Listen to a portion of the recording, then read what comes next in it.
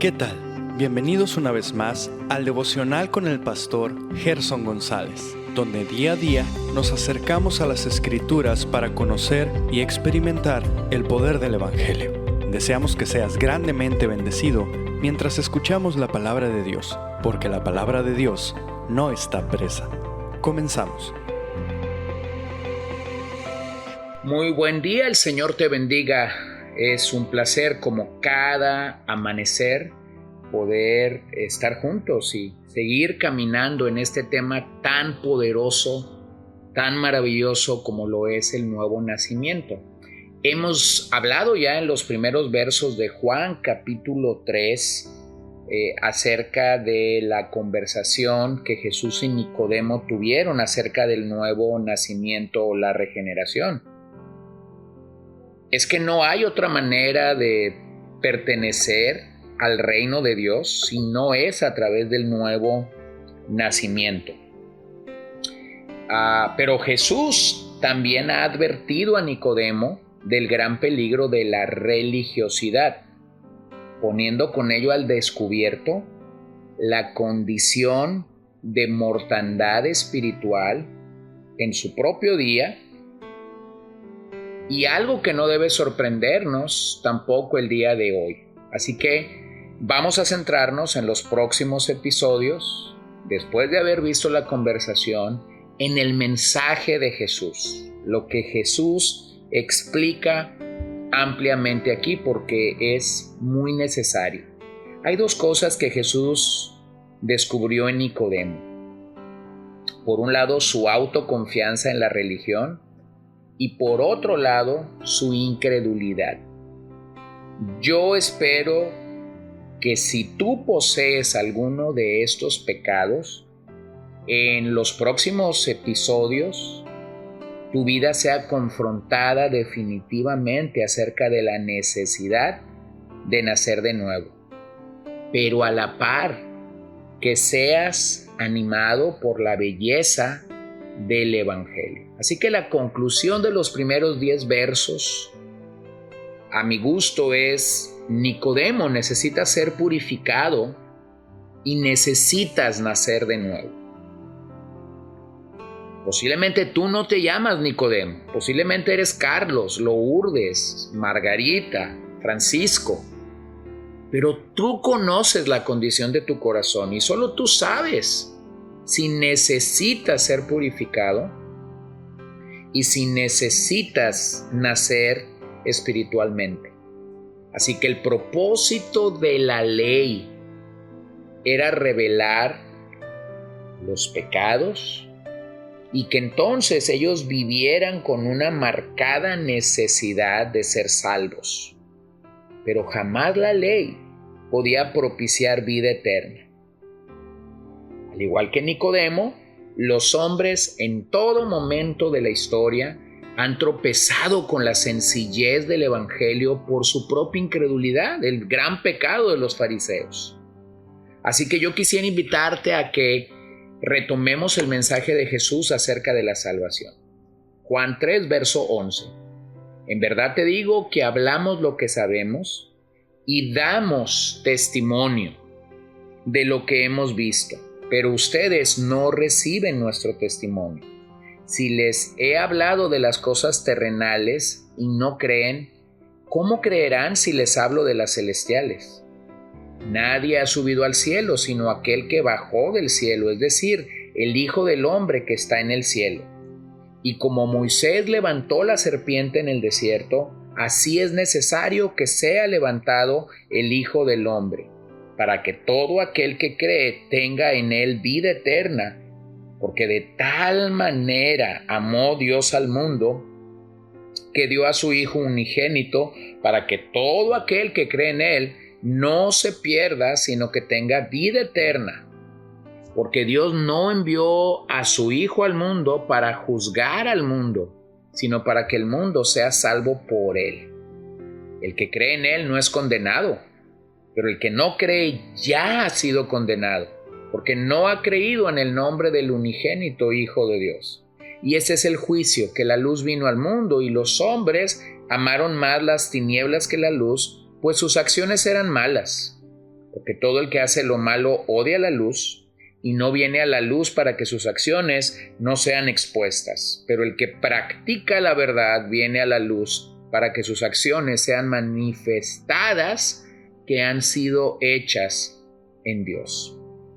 En los primeros versos vemos la iniciativa de Dios, primeros 10 versos. Pero después, en estos versos del 11 hasta el 21, vemos la respuesta humana a la salvación. Así que el mensaje central de estos versos es que Dios salva por gracia a los pecadores arrepentidos que acuden a Dios solo por fe. No hay otra manera. Acudimos a Dios solo por la fe. Así que la palabra clave aquí es creer. En estos versos, esa palabra se repite 7 veces. Lo opuesto a creer, entonces, es incredulidad. Y precisamente es lo que señaló a Jesús a Nicodemo después de desenmascarar su religiosidad. Consideremos que el gran pecado de incredulidad es algo que realmente detiene el mensaje de la salvación en el ser humano. Luego veremos en este pasaje la intervención del Hijo de Dios en un mundo incrédulo y la promesa y juicio que conlleva el nacer de nuevo. Así que simplemente detengámonos por un momento a hablar de este pecado de la incredulidad, tal y como versos 11 y 12 apuntan. La incredulidad por la que se distingue esta generación en gran sentido es causada por la ignorancia. Aunque Nicodemo era un experto de la ley, le señaló el mismo pecado. Ustedes no reciben nuestro testimonio. Observa que el ministerio de Jesús jamás se basó en engatusar a la gente con ideas vagas, sino en manifestar la verdad de Dios. Y es que no hay muchas opciones. O escuchamos el mensaje del Evangelio y respondemos afirmativamente, recibiendo el regalo de la salvación, o vamos a perseverar en nuestro pecado. Así que cuando pensamos en la predicación del Evangelio, cuando pensamos en la enseñanza que recibimos domingo tras domingo en nuestras iglesias locales, realmente debemos de pensar en la eternidad. Lo que tú y yo escuchamos semana a semana puede determinar nuestra parada final. Los 2 testigos de cada púlpito semana a semana es el cielo o el infierno. Finalmente, la gente que me escucha a mí como predicador, la gente que te escucha a ti como un vocero, como un predicador, como un evangelista, terminará en cualquiera de estos 2 lugares. No hay un lugar intermedio. La Biblia no habla en ningún lugar acerca del purgatorio. Me parece sorprendente que una persona que pueda leer la Biblia tenga todavía esta confusión de el purgatorio. Recientemente platicaba con un hombre no creyente y él me hacía ver que la Iglesia Católica tenía esta idea de que solo los sacerdotes debían leer la palabra de Dios y que esto no era algo posible para el creyente nominal. Entonces, eso me permitió a mí decirle que si algo nos distingue es que nosotros buscamos todo lo contrario. Buscamos que las personas lean la Biblia, tengan acceso a la palabra de Dios. Hacemos todo lo posible para que las personas puedan escuchar el mensaje de las Escrituras.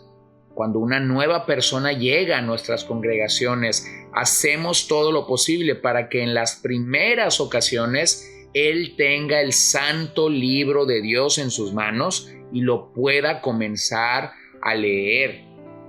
Entonces, no entender, no recibir o no creer son maneras diferentes de hablar de nuestra incredulidad. Y Jesús reprende la incredulidad del maestro de Israel, tal y como Nicodemo es ubicado en este pasaje. Mira que la incredulidad siempre engendra ignorancia. Al igual que le había mostrado lo infructuoso de su vida religiosa, ahora le muestra su vida de incredulidad. Este era el verdadero pecado del gran maestro de Israel, y posiblemente ese es tu gran pecado el día de hoy. Primera de Corintios 2:14 dice: pero el hombre natural no acepta las cosas del Espíritu de Dios, porque para él son necedad y no las puede entender, porque son cosas que se disciernen espiritualmente. En otras palabras, la incredulidad no entiende absolutamente nada. Por ello es que la fe viene antes que el entendimiento completo. Allí vemos la misericordia de Dios al darnos esa fe. No podemos pasar a misterios del reino o verdades más elevadas si seguimos tropezando en lo básico. Aún, muchos fallan al creer que su opinión es más importante que la de Dios mismo. Nicodemo pensaba ser un gran religioso, pero Jesús lo vio como un pecador más de entre la nación. No deberíamos sorprendernos el día de hoy entonces de la incredulidad de la gente cuando les predicamos. Tan solo recuerda que una gran multitud no le creyó a Jesús.